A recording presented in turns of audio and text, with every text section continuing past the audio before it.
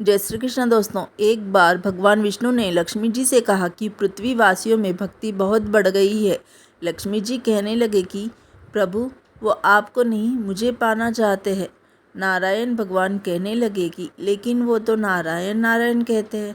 लक्ष्मी जी कहने लगी कि अगर आपको विश्वास नहीं है तो उनकी परीक्षा लेते हैं। तब भगवान नारायण एक संत का रूप धारण करके एक नगर के सेठ के पास पहुँचे। उनसे कहने लगे कि मैं कथा सत्संग करना चाहता हूँ। सेठ ने उनके रहने खाने पीने और कथा करने का पूरा प्रबंध कर दिया। पहले दिन थोड़े से ही लोग कथा सुनने आए। दूसरे दिन भक्तों की संख्या बढ़ने लगी। संत जी की कथा की प्रसिद्धि हुई तो तीसरे दिन बहुत भीड़ बढ़ गई। अब माता लक्ष्मी विचार करने लगे कि अब मुझे भी चलकर देखना चाहिए। लक्ष्मी जी एक घर के बाहर पहुंची तो घर पर मालकिन घर को ताला लगाकर कथा श्रवण करने जा रहे थे। लक्ष्मी जी कहने लगी कि बेटी, मुझे थोड़ा पानी पिला दो। वह औरत बोली कि माता जी, मुझे तो सत्संग श्रवण करने में देरी हो रही है। लेकिन फिर भी उसने बेमन से लक्ष्मी माता को एक लोटा जल का पीने को दे दिया। जब लक्ष्मी माता ने उसे लोटा वापस किया तो वह सोने का हो चुका था। सोने का लोटा देखकर वह औरत उत्साहित होकर कहती है कि माताजी, आपको भूख भी लगी होगी, खाने को कुछ लाती हूँ। उसके मन में चल रहा था कि खाने की प्लेट, कटोरी, चम्मच भी सोने की हो जाएगी। लक्ष्मी माता कहने लगी कि नहीं बिटिया, तुमको तो कथा श्रवण करने में देरी हो जाएगी, इसीलिए रहने दो। वह औरत बेमन से कथा सुनने चली गई। वहां जाकर उसने चमत्कारी बुढ़िया के बारे में सब औरतों को बता दिया।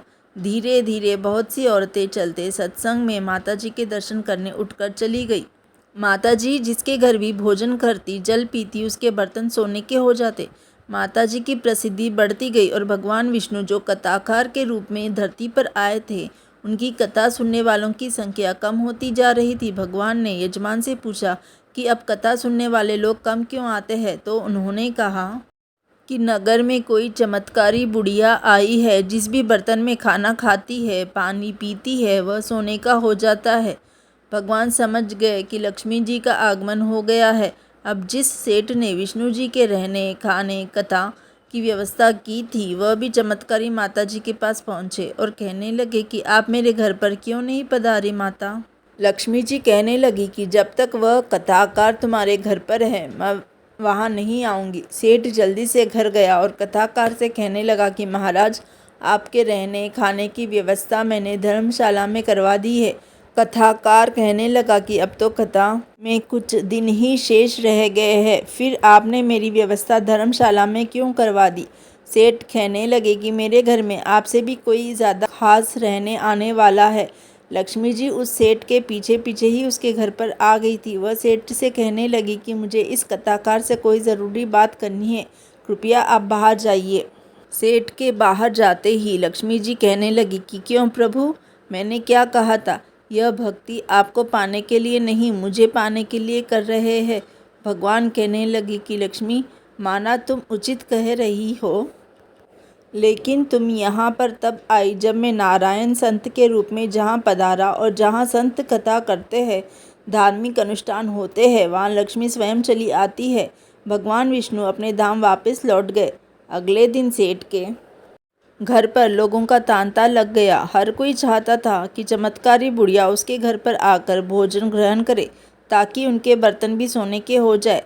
लेकिन यह क्या, माताजी ने सबको चौंका दिया कि मैं अब वापस जा रही हूँ। सब लोग आश्चर्य से पूछने लगे कि क्या माताजी, हमसे कोई गलती हो गई है।